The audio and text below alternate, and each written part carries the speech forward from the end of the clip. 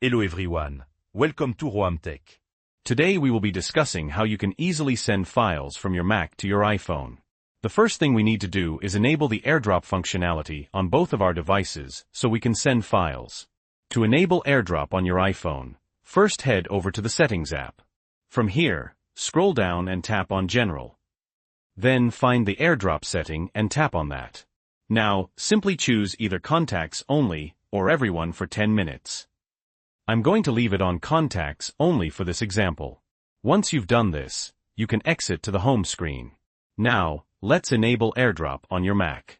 Head over to the Apple logo in the top left-hand corner of your screen and click on System Settings. Once you're inside System Settings, click on General in the left-hand side menu. Find AirDrop and Handoff, and click into that. Make sure AirDrop is toggled on at the very top. Then where it says the AirDrop setting below, click the drop-down menu and select Contacts Only or Everyone.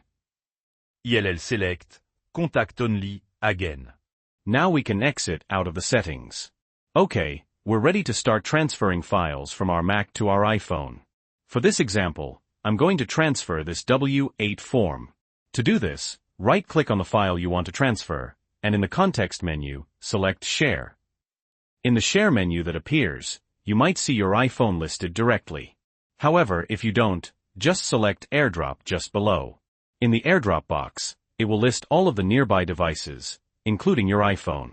Select your iPhone, and it's immediately going to send that file over. Now, let's head over to the iPhone. As you can see, we immediately started receiving the file, and it automatically opened in the Files app because it's a PDF. However, if it was a photo or video file, it would automatically open in your Photos library. And that's how you transfer files from your Mac to your iPhone.